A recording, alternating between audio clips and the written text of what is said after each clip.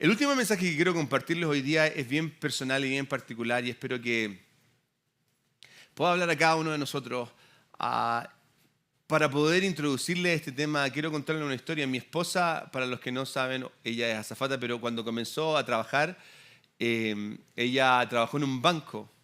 Y algo que le enseñaron, me contaba, es que tenía que aprender a identificar esos billetes falsos. Entonces, una de las cosas que te hacen hacer es tocar muchos billetes, hasta que ya te pasan unos que es falso, que parece bien similar y que ha engañado a mucha gente, y llega un punto en que tú ya los empiezas a reconocer.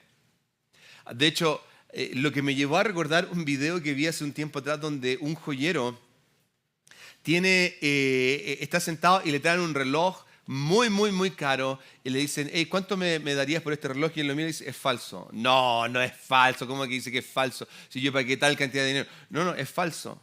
El tipo le pelea que no es falso, que no es falso. Aquí están los papeles que no es falso.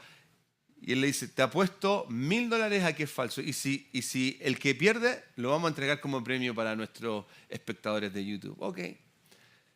Y van al gurú de la joya, a un tipo que ya es un señor mayor, es como el maestro Rochi, claro, el maestro Yoda, y está ahí, le pasan el reloj, él lo mira, es falso.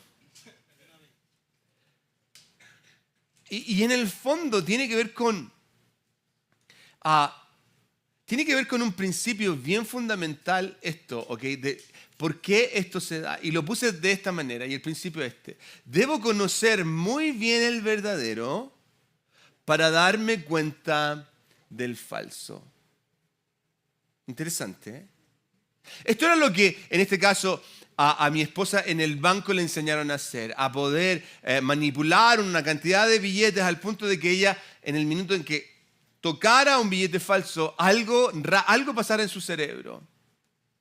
En el caso de este joyero, tenía tal experiencia que él automáticamente, en el minuto en que miró el reloj, pudo reconocer que era falso. Ahora, miren, hay cosas que nosotros nos compramos que son falsas, que sabemos que son falsas. Le ha pasado como, por ejemplo, en vez de comprarnos el Gucci, nos compramos el Muchi. ¿Cierto? ¿Cuántos Muchi hay? ¿Cuántos tienen el Muchi?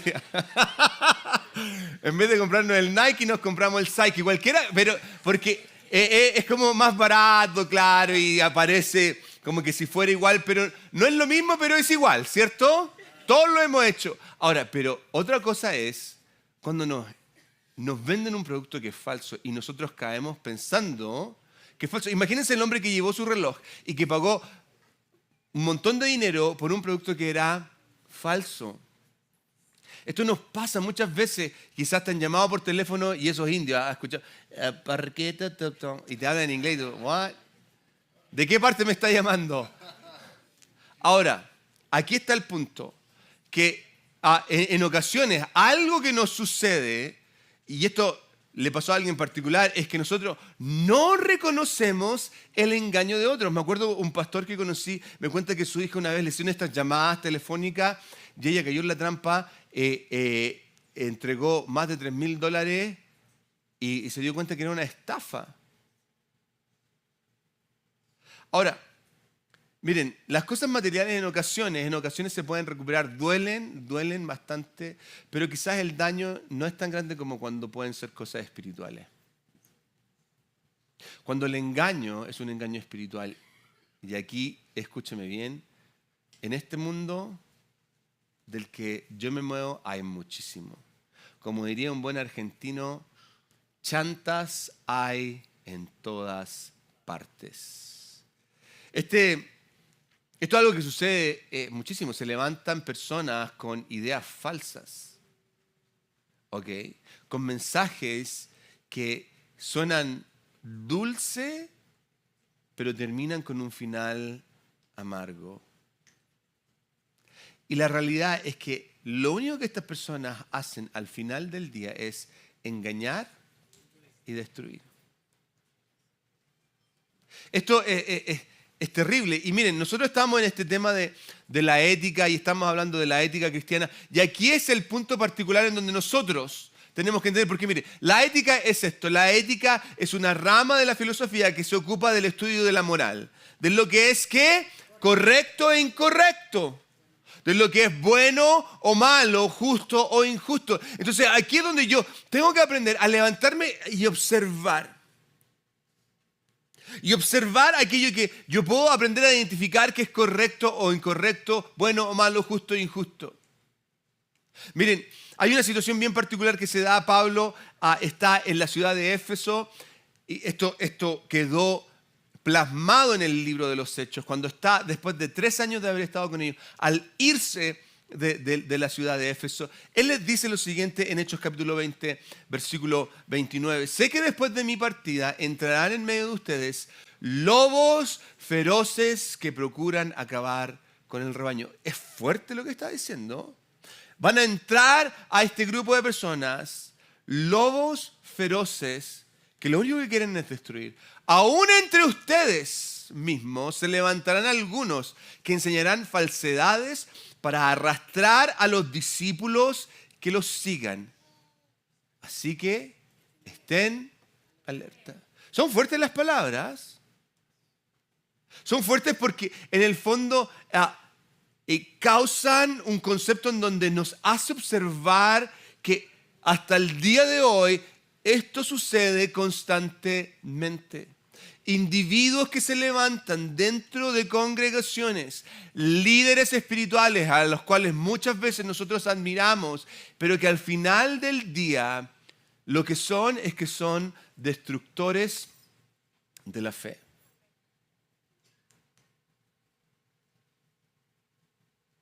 Es fuerte porque en el fondo muchas veces, como esa llamada telefónica en la cual algunos han caído, nosotros caemos en la trampa de estos individuos. Son aquellos que quieren destruir el rebaño, nos dice Pablo.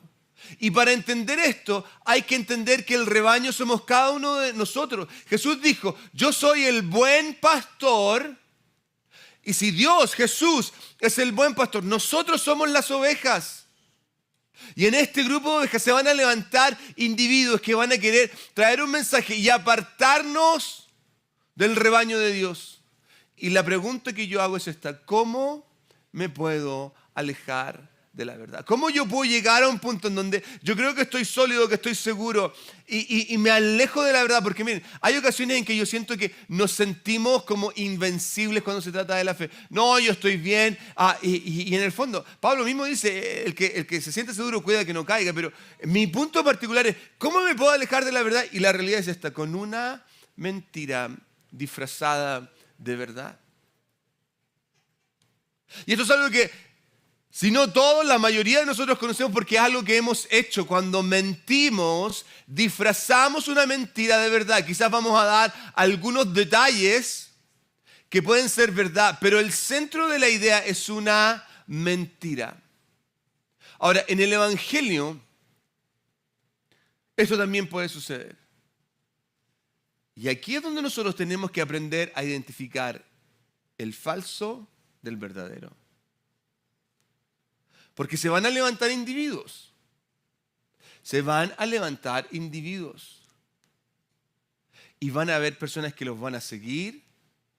Van a haber personas que van a caer en esto. Miren, hace un tiempo atrás yo escucho muchísimo a una mujer que se llama Elisa Childers. Ella es una mujer que enseña muchísimo de apología bíblica. ¿Okay? Interesantísimo, pero ella cuenta en su historia, en su testimonio, ella cuenta que empezó ella y su esposa a ir a una iglesia y de pronto ellos fueron invitados a un estudio bíblico y cuando van al estudio bíblico el pastor empieza a enseñar y de pronto el pastor empieza a enseñar cosas completamente progresivas, como que claro, hay un ser superior, pero Jesús será, cosas fuertísimas. Y en cierto punto ella dice que comenzó a dudar de su fe. No fue hasta que en una ocasión ella estaba tan desesperada y estaba orando que le dice: Señor, por favor, yo necesito claridad en esto. Prende la radio y justo en ese minuto que ella prende la radio estaba Ravi Zachariah hablando. Y estaba hablando de esta idea de la fe, del progresismo y cómo... Y ella dice que esa fue la respuesta de Dios para confirmar su fe, para confirmar de lo que estaban enseñando estaban mal. Pero en el fondo fue tan sutil que rápidamente ella en cierto minuto se vio confundida. Ahora, la pregunta que yo hago es: ¿qué podemos hacer, porque esto va a suceder. Y esto puede suceder aquí. Esto puede suceder conmigo. Yo puedo ser el lobo disfrazado de oveja. Entonces, ¿qué podemos hacer?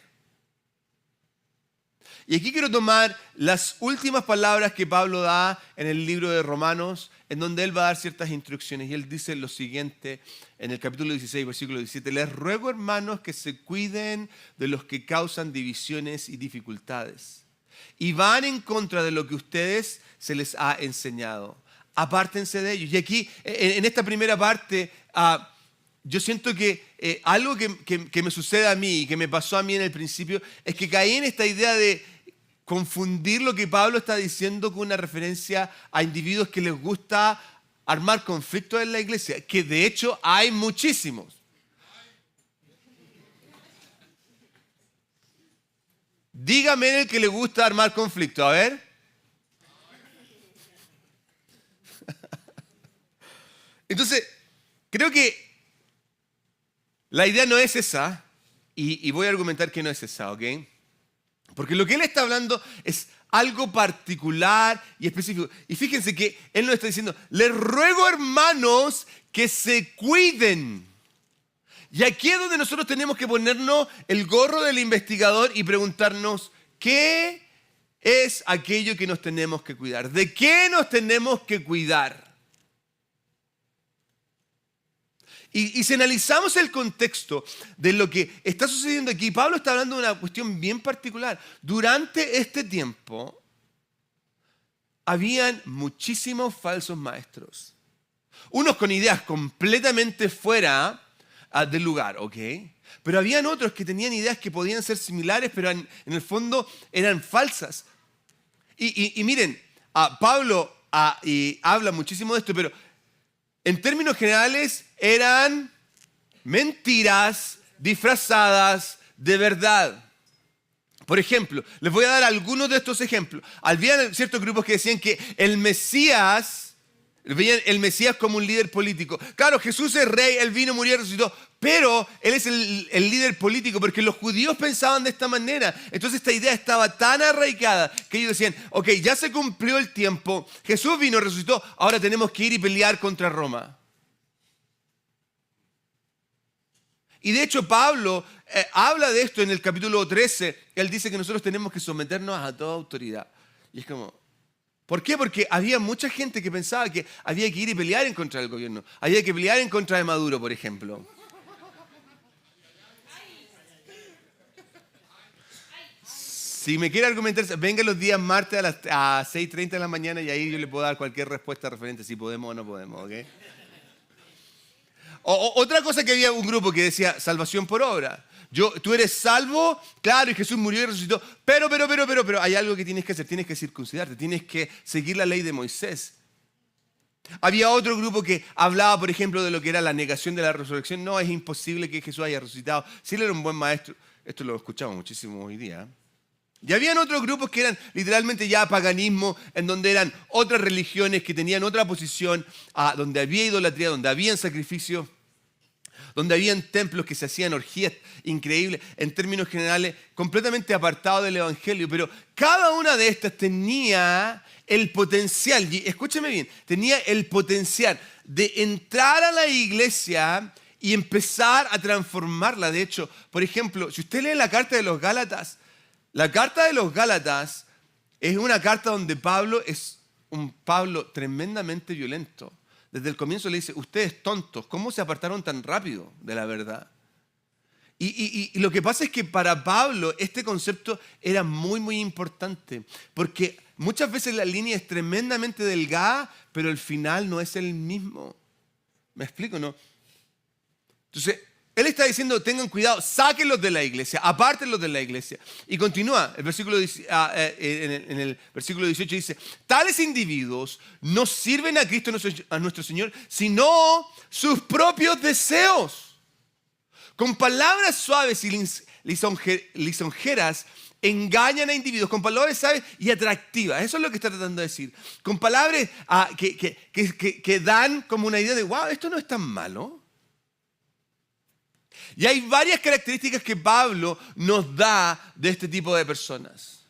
Fíjense que primero nos dice, no sirven a Cristo. Y si no sirven a Cristo, hay otro interés. ¿Y cuál es el interés que él nos dice?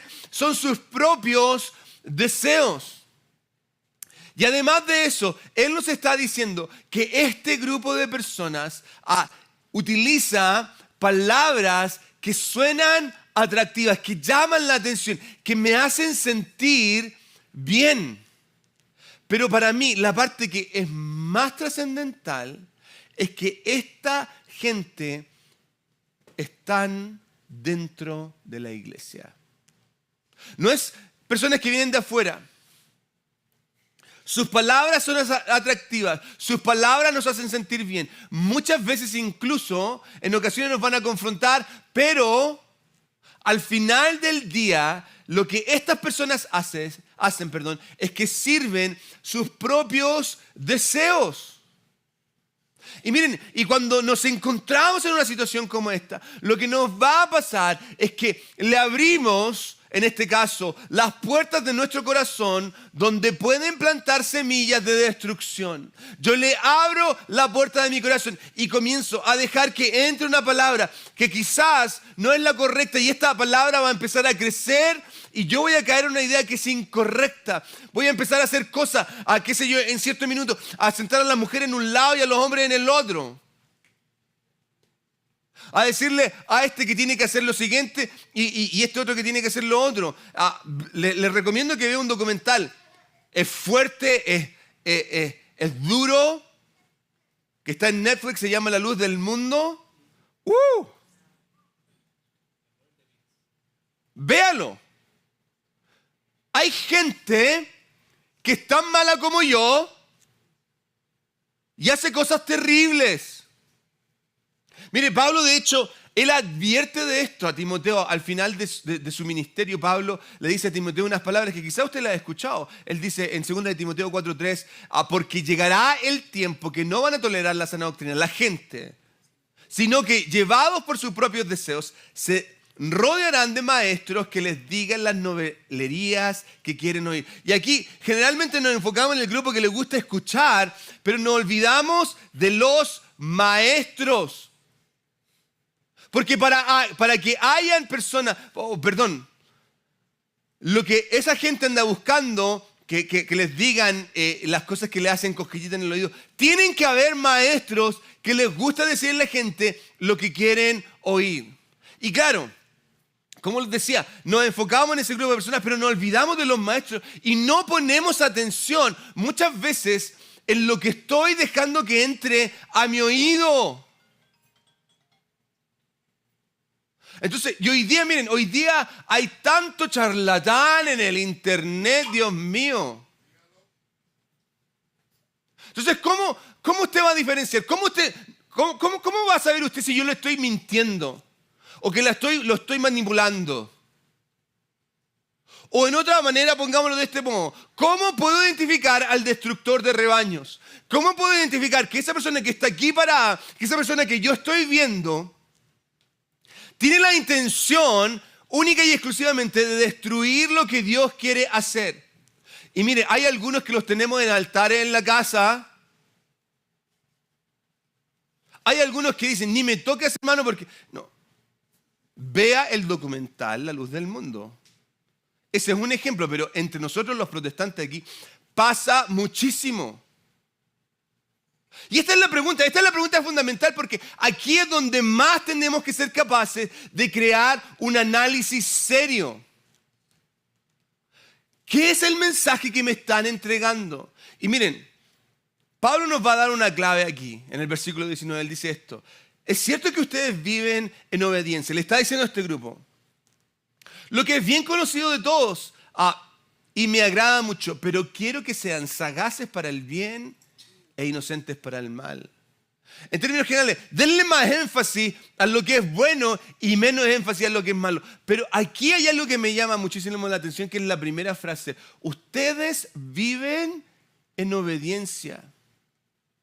¿Y eso es obediencia a qué? Yo tengo que hacer el análisis. Vivo en obediencia. Yo puedo vivir en obediencia al mundo o yo puedo vivir en obediencia a la palabra de Dios. Y Pablo está reconociendo que ellos viven en obediencia a Dios. Entonces, por eso al final les dice, cuando ustedes observen, sean sagaces en comparar a lo cual ustedes están o han obedecido. Esto es algo que yo llamo identificación por conocimiento. Si yo le muestro mi teléfono y le digo, esto es una casa, usted sabe automáticamente que mi teléfono no es una casa. ¿Por qué? Porque uno, usted sabe lo que es una casa y dos, usted sabe lo que es un teléfono. Usted tiene el conocimiento. Pero muchísimas veces nosotros caemos en esta idea en donde, porque no conozco, me abro a un mundo en donde las ideas entran y empiezo a creerme un falso concepto. Miren, y aquí es donde yo tengo que tener la capacidad, mis queridos amigos, tener la capacidad de ser sagaz, de ser sabio. Y la invitación es esta: midamos todo lo que dicen a través del... No si suena bonito. Escúcheme. Yo, gracias a Dios, soy chileno y sueno mal. No importa cómo trate de poner mi acento, yo sueno mal. Y cuando usamos el evangelio como el medio para filtrar, entonces yo puedo identificar aquello que es falso. Miren, lo decía en la mañana, una vez estaba conversando con una persona que es líder, que es pastor, y le digo, ok, me dice, hay que predicar el evangelio. Y yo le pregunto, ¿qué es el evangelio? Y él me dice, las buenas noticias. ¿Cuáles son las buenas noticias? El evangelio. Pero ¿cuál es el evangelio, hombre? ¿Cómo no puedes describirme lo que es el evangelio? Si usted no entiende lo que es el evangelio, ¿cómo voy a comparar eso con la realidad? Porque yo le puedo dar una buena noticia que para mí es buena, pero para usted no lo es. Y cada uno de nosotros puede tener una buena noticia. ¿Cuál es la buena noticia? La buena noticia es esta: que nosotros tenemos una condenación que es la muerte. Dios se hizo hombre en la persona de Cristo. Él murió y pagó el precio que está por sobre mi cabeza y venció la muerte. Y a través de su muerte y resurrección yo puedo encontrar perdón para mis pecados. Esa es una buena noticia. Que ven a Cristo y se te acabarán los problemas. Esa no es una buena noticia. Eso es una mentira. ¿Se fijan? Entonces yo tengo que reconocer, de hecho, la palabra de Dios es clave para nosotros. Salmo 119, 105, ¿qué dice? Lámpara es, tu palabra es una lámpara a mis pies, es una luz en mi sendero. Su palabra tiene que ser ese filtro, tiene que ser esa luz que me ilumine. Así yo puedo ver esas rocas que me pueden poner para que yo me caiga y me tropiece. Entonces, cuando usted escuche el mensaje que yo estoy aquí planteando, o cuando usted vaya y prende su televisor o vaya al YouTube y busque su predicador favorito,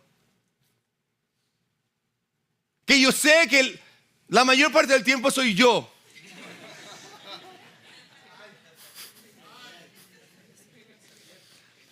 ¿Soy yo, Señor? Está bien, yo no soy celoso, ¿ya? Pero lo único que quiero que haga, cuando usted escuche un mensaje, incluso cuando usted me escuche a mí, por favor, quiero que entienda lo siguiente. El mensaje es bueno por lo que me hace sentir o por cómo me confronta. Ay, Padre. Aquí deberíamos terminar, ¿cierto? ¿A dónde está el micrófono para tirarlo? ¿Por qué es bueno? Ay, me encanta lo que dice este hermano. Me hace reír. Al infierno se va a ir riéndose. Pero mire, yo quiero decir, mire, si a veces nosotros los que estamos aquí hacemos reír para que el mensaje entre más suave, ¿ya? Pero la realidad es esta. ¿Qué me está haciendo sentir esta persona? ¿Me hace sentir bien o en verdad estoy siendo confrontado? La Biblia es el medio para que yo pueda medir cualquier falsa idea. Mire, cuando yo miro las enseñanzas de Jesús, me doy cuenta que Jesús nunca buscó hacer sentir bien a nadie. Él confrontó. De hecho, quiero que entienda esto. El evangelio en sí es ofensivo. Porque te dice que tú eres pecador. Yo no soy malo. Sí, eres malo.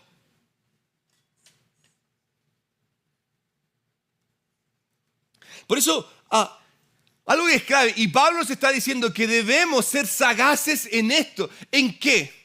Nosotros tenemos que ser sagaces en nuestro estudio de la palabra de Dios. Y eso debe ser constante. Tiene que ser constante. Miren, imagínense que yo como un pedacito de carne solamente los días domingo. Y hay algunos cristianos hoy día que lo único que reciben es lo que el pastor me dice. Y se quedan con lo que el hermano dice en la tele, en el video, en el YouTube. Se ríe porque ¿cómo yo puedo identificarlo? Si yo no le digo que lo que él está diciendo es falso. Y hay algunos que dicen cosas terribles. Y miren, porque estamos en el servicio hispano, yo lo voy a decir y lo voy a hacer público frente a todos ustedes. Que sé que hay muchos que siguen a Dante Gebel. Aquí se me da la mitad de la iglesia, pero me da lo mismo. Dante Gebel dijo algo falso que lo pone en una posición donde yo tengo que poner atención. Yo no estoy diciendo que él tiene un mal ministerio, que él predica mal, pero miren, cuando él dice, yo no me guío por la Biblia, no importa cuánto usted quiera defenderlo. No importa cuánto usted quiera defenderlo. ¿Se fija lo importante que es la palabra de Dios? Entonces, ¿por qué te guía? Y cuando trata de explicarlo, no es que Dios es más grande que la Biblia. Nadie está diciendo que Dios es más pequeño que la Biblia. ¿Por qué te guías? ¿Cómo yo te puedo decir a ti que esto es pecado? ¿En base a qué? ¿En base a lo que yo creo que es malo? Entonces, quiero que entienda esto. Y hermano Dante, si en algún minuto me ve, arrepiéntase de su pecado. Porque usted tiene una influencia muy, muy grande. Entonces cuando un homosexual vea y diga, bueno, el pastor Dante Gebel dice, yo no me guío por la Biblia, y aquí voy a leer que la homosexualidad es pecado, bueno, esta parte no me guío por ella. ¿Se fijan lo terrible que es esto? Y nosotros le aplaudimos, lo defendemos. No, yo no voy a defender a una persona que sacrilegia el principio fundamental. Nosotros somos bibliocéntricos.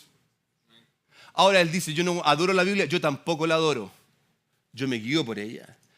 Lámpara es a mis pies tu palabra y lumbrera en mi camino. Tu palabra es el camino para mi vida, Dios. No hay otra. Ahora, ese fue el paréntesis del mensaje, ¿eh? Pero algo que yo tengo que hacer cuando estoy viendo el mensaje del hermano que a mí me gusta, cualquiera sea, y yo les voy a contar mi propia historia al final, tengo que preguntarme, ¿qué está tratando de decir? ¿Qué está tratando de decir este hermano? ¿Qué está tratando de decir cuando dice esa frase? Y por otro lado, quizás debería preguntarse, ¿qué es lo que dice, pero no está diciendo?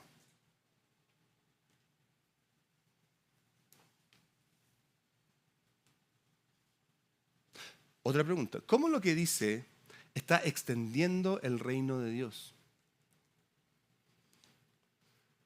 Porque quiero que me escuchen esto. Y aquí hay algo fundamental. Usted entiende que todos los que estamos aquí, en este mundo, no hay nadie bueno. ¿Usted entiende eso? El Papa no es bueno. Póngale, y hoy día el Papa está saliendo con unas tonteras, Dios mío, que hasta los mismos católicos están así como, ¿qué onda con este viejo? Pero mi punto es que quiero que entienda esto. Nosotros no somos buenos. Es más, lo puse de esta manera. Somos seres falibles que tratamos de usar un libro infalible. Somos seres falibles. Eso quiere decir que somos seres imperfectos, que tomamos un libro que es perfecto y lo tratamos de interpretar. Entonces yo no espere algo bueno. Por eso usted tiene que hacer un análisis constante. Miren, nosotros vivimos aquí en Utah. Y el mensaje puede que suene parecido, pero no es igual. Va a sonar muy lindo, pero no es igual. Entonces tengo que prender las antenas. Por otro lado, hay un grupo de personas que son lobos, vestidos de ovejas, y lo que quieren hacer es destruir. Más aún, sus intereses no son los del reino. Y por eso le digo, con todo el amor del mundo, desde esta posición, y esto es algo que usted pocas veces va a escuchar de una persona que se para en este lugar. Y esto a mí no me hace ni mejor ni peor que nadie. Lo único que me hace es que me hace un ser humano tal cual como usted. Y quiero ponerlo en esta pantallita. No es malo cuestionar. Se lo voy a repetir. No es malo cuestionar. Si no me escucha, se lo voy a decir por tercera vez. No es malo cuestionar. Malo es hacer de un individuo el dueño de la verdad.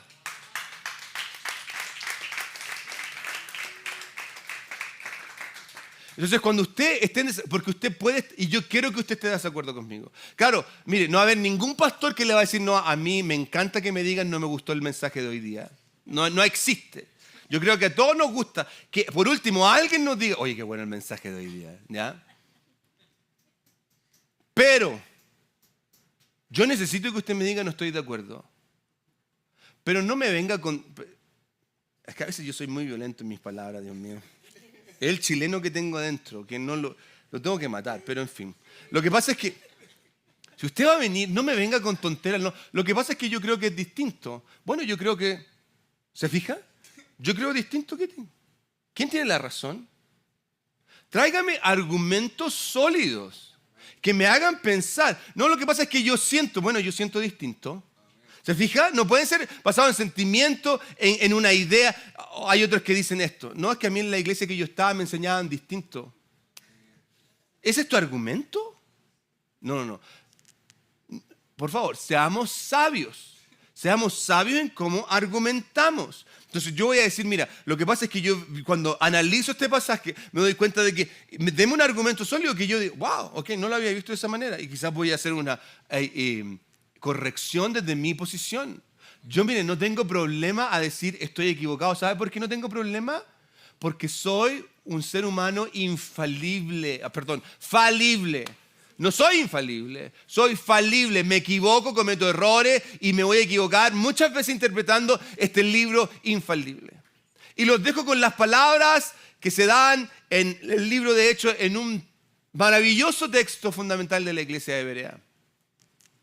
Hechos 17, capítulo 10 y 11. Tan pronto como se hizo de noche, los hermanos enviaron a Pablo y a Silas a Berea, quienes al llegar se dirigieron a la sinagoga de los judíos. Estos eran de sentimientos más nobles que los de Tesalónica. De modo que recibieron el mensaje con toda avidez y todos los días examinaban las escrituras para ver si era verdad lo que se les anunciaba. Entonces lo que yo quiero que usted haga es que vaya a su casa, miren la palabra de Dios y diga, ¿lo que Marco está diciendo es verdad o no? Lo que esta hermana está predicando es verdad o no es verdad. Lo dejo con esto. Puedes reconocer al lobo disfrazado de oveja. Oremos. Señor, en esta hora, mi petición por sobre todas las cosas es que tu Espíritu Santo, en primer lugar, abra nuestros ojos. Ayúdanos a reconocer, Señor, a ese lobo en medio nuestro. Ayúdanos, Señor, a tener un hambre y un deseo de conocer más tu palabra. En el nombre de Jesús. Cristo, mi oración en esta hora